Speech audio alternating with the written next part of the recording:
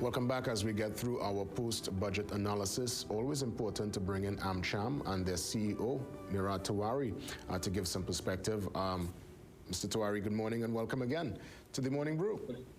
Good morning, Jason. Good morning to all your viewers and everyone in studio as well. So last week we were talking about wish list and we were trying to more or less anticipate what was to come. Yesterday it came. Now we're doing the breakdown, the post-mortem, for want of a better word. Digital transformation, I know, is something very important to AMCHAM. And there was some talk yesterday of incentives in that regard. You think it's timely and more can be done? What's your take as it relates to digital transformation and what was mentioned in that regard yesterday? So I think overall what the government tried to do with the budget is to start rebuilding some confidence.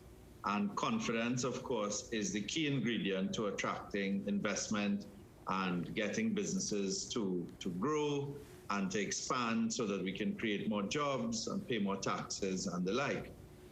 So a lot of the tax incentives and measures, including the R&D, the new R&D grant, well, not grant, but tax incentive and the withholding tax, the acknowledgement that we have to look at the upstream sector, start addressing the framework, right? And then there is a deliberate commitment in this budget, it seems, to focus on the tech sector and in particular small and medium businesses in the tech sector. Now that's good. That's very, very good. I think what we need to do to complement that, because we've been speaking, say, with the TTIFC, with InvestTT, about developing the tech sector as a sector. And what we need to do to complement that is to enhance the attractiveness for big businesses so that we can have a few anchor companies in the tech sector that would provide the bolt, as it were, or the anchor for those smaller companies to develop and grow. So the incentives around the smaller businesses and even the manufacturing sector to engage in digital transformation are very, very welcome. The work that the TTIFC is doing, and we're aware of it, around the hub is also very, very welcome. And what we need to see now is a sort of execution around these things. And the big things that the government is doing, such as the unique national identification number, the commitment to getting all the electronic funds transfer,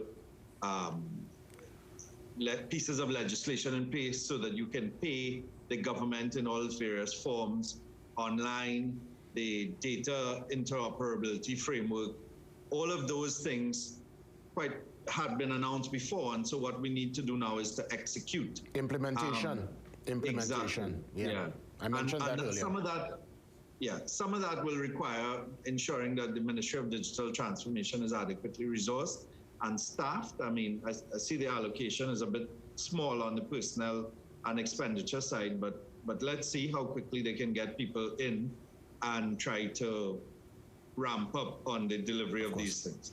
You know, the digital identification number, as you mentioned earlier, and that was something put forward in the budget yesterday, is one that I know the younger demographic can relate to, and even the millennials, the now generation. But how do we explain that to, let's say, the more mature population who might be a bit skeptical about this digital identification number?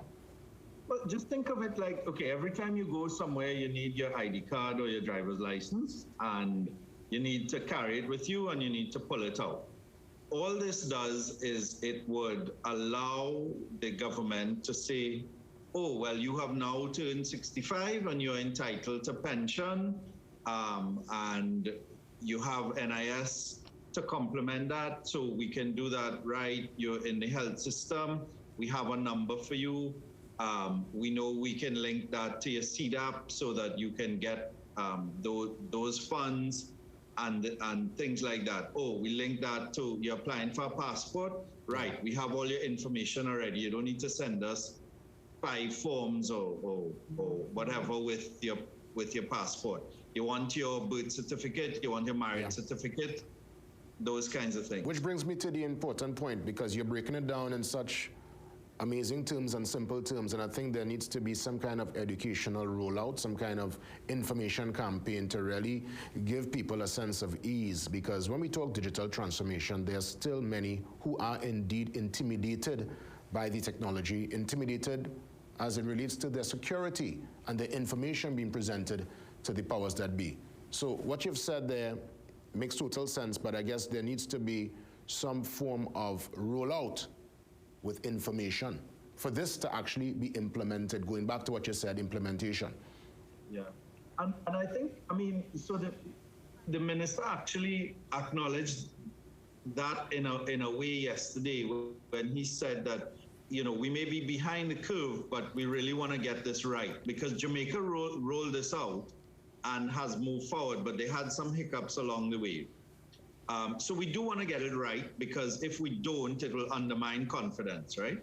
Yeah.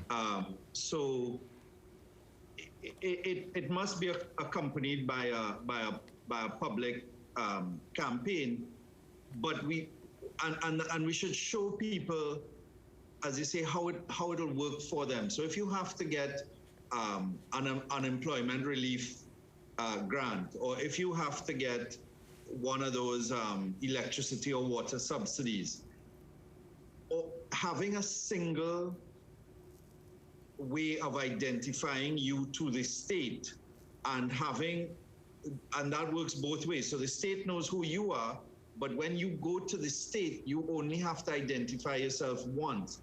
So the principle by which we should be operating, and the government acknowledged that, is a single point of validation, right? So you validate this identity once with all the documents that you would need to make sure that I am me in using this number that I'll get. But then you don't have to do it over and over and over and over again. And this could even be transferred to your interaction with certain elements of the private sector, including possibly the banks, if we put that in place as a sort of interoperability, a way of one entity talking to the other entity. Yeah. So it can be hugely beneficial and transformational if we get it right and if we actually do it. But we have to start doing it. Before we could even do the campaign, we need to make sure that there is action around, of course, implementing the unique national identification number. Mr. Tewarie, we have about 2 minutes again. I just want to bring forward 2 quick questions for your response. Your take, AMCHAM's take on the new approach as it relates to the bills, the utilities. I'm seeing that they're going to look at different metrics now to try to help the most vulnerable in society. What say you? Yeah, I mean, so those things are important, JC. We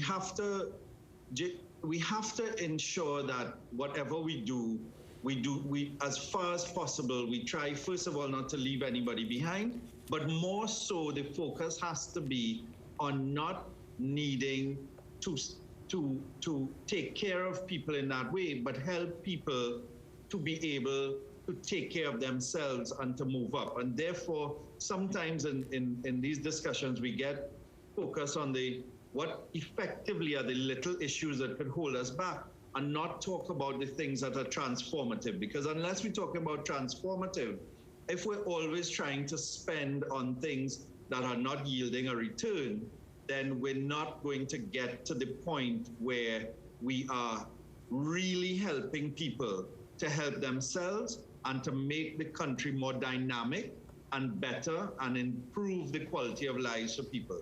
Because if you need to be paying people's electricity and water bills for them, it means that they're in a difficult position generally. We need to get them out of that position, right? And then into the position where they have opportunities and can choose a range of things from a range of things that would be enjoyable, that they would like to do, that are rewarding, and that can afford them, and therefore anybody in society, the kind of quality of life that we would want for ourselves, for our children, by the opportunities that we create, as opposed to doing things that sort of keep people in in a position where they are dependent on somebody else, whether it's a state or an NGO or the like.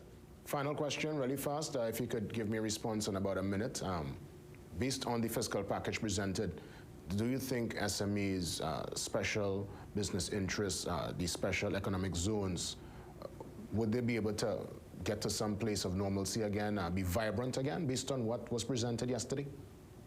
Yeah, so it's going to take some time, but I do think this budget tried to address some support to SMEs. I think it's going to take a lot more in terms of the cross-cutting measures to improve the ease of doing business. But there was a focus on SMEs. I hope that we do see more SMEs trying to list on the junior exchange and take advantage of the tax credits and the training that was announced, the 50 million in support for processes and things like accounting and the like, so that businesses themselves get stronger. And as I said, the signaling, the tax cuts, and the intent seem to be that the minister and the government are getting a little more business friendly, and that is very much welcome. Mr. Tewarie, thank you for the insight, and it's always a pleasure touching base. We will talk soon.